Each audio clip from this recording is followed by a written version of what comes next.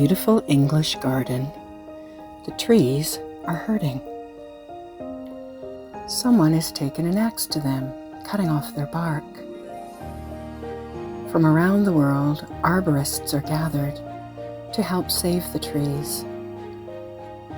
They started by reapplying the bits of bark that were lying beside each tree, but then decided what was needed was to cover each tree with a coconut husk as a temporary bark until they could heal themselves. The children of the city sent good wishes for the trees in the form of these painted rocks.